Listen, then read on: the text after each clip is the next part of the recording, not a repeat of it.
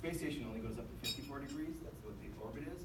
So we don't get a lot of that, and so our satellite's going to not be over Oregon most of the time, right?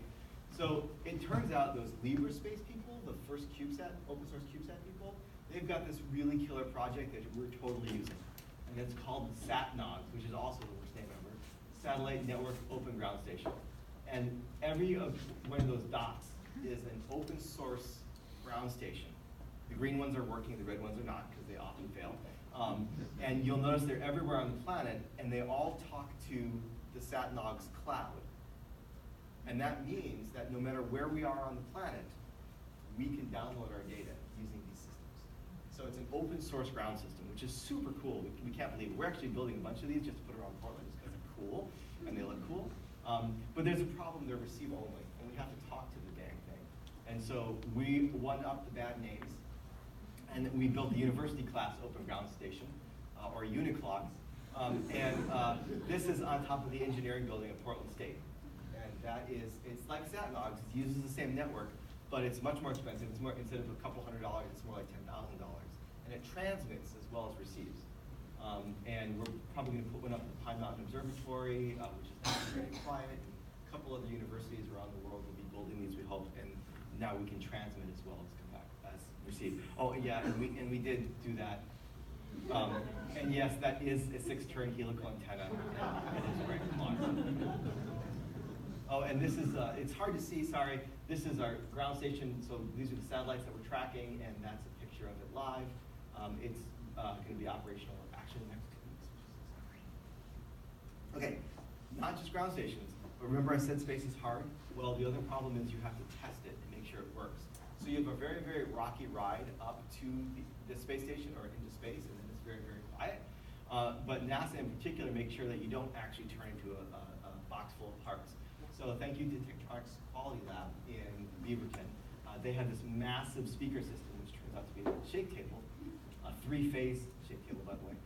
And you put your oscilloscopes for them, or in our case, our satellite on it, and you vibrate the whole thing, and you see what shakes loose, which is super important. You could not go to space without vibration testing it, so thank you to Tektronix. The other thing you have to do is you have to bake out all of the outgassy stuff, and you have to make sure it works in a vacuum. You have to make sure it works cold in a vacuum or warm in a vacuum, do all this kind of stuff, and so we need a vacuum chamber. The funny part is we looked for a vacuum chamber for about 6 to 9 months in the state of Oregon, couldn't find any, found one up in Seattle, and then we're like pulling our hair out, and we had repair, and it was really bad, we couldn't get one, and someone says, well, why don't you just use the one that's down the hall?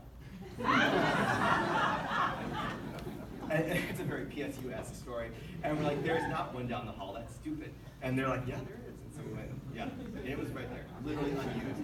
So that was pretty great. So thank you to Dr. Sanchez from PSU Physics. And then finally, those magnetorquers, it turns out, if you remember your physics EMAG, if you have 2 different coils, you can control the magnetic field in the middle of the coils. So there's 3 sets and 2 coils each, and that's called a Helmholtz cage. So we can control the magnetic field inside of that, and we can test our magnetorquers, which we built, and it's run by a bunch of Raspberry Pis because it's 2019 and that was easy. So it's great. So okay, we've got our satellite, we've got our ground stations, we've got our test setup, and now we're set. Are we actually doing this? Yeah, theoretically, it's all happening. We're building it right now. This winter and spring, we'll have what's called a flat sat, where we have everything that's spread out and working together. In the fall of, where are we? Sorry, this is actually fall of 2019, we'll get manifested. That means we get a flight. And once NASA gives us our flight, which SpaceX or which Antares will take, we can't miss that flight, that's bad. Which is why we're pushing that to the very last possible second, so we know we have a system that's gonna work.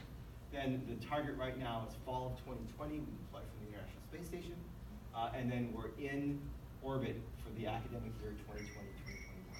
So if you have kids in high school during that time, we hope to be talking to them about OreSat. And then adorably, we become Oregon's first meteor shower sometime in 2021 when we deorbit from the drag in low Earth orbit. And that's very variable because it depends on a bunch of orbital dynamics. So that's OreSat, that's our program. We need help.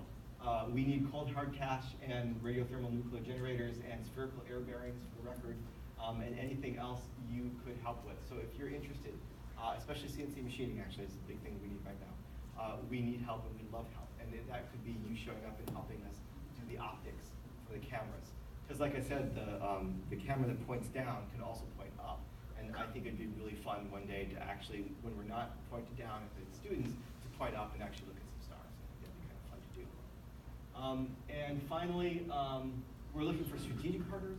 If you're a corporation or you know corporations who are interested in supporting STEM, we're looking for strategic partners because it still is going to cost us a pile of cash to build this thing. And that's really important. Thank you to our current sponsors, including Osh Park and IEEE and Space Grant Oregon. That's my contact information. You can go to our website and get more information. You can contact me if you want to. And we meet every Tuesday and every Friday. Every Friday from 2 to 4 o'clock, you're welcome to show up and help out. And if you want to contact me and ask me questions beforehand, please do. So, I don't know how much, 9 o'clock, excellent. Yeah, that's all I got. If you've got questions, I'm happy to answer.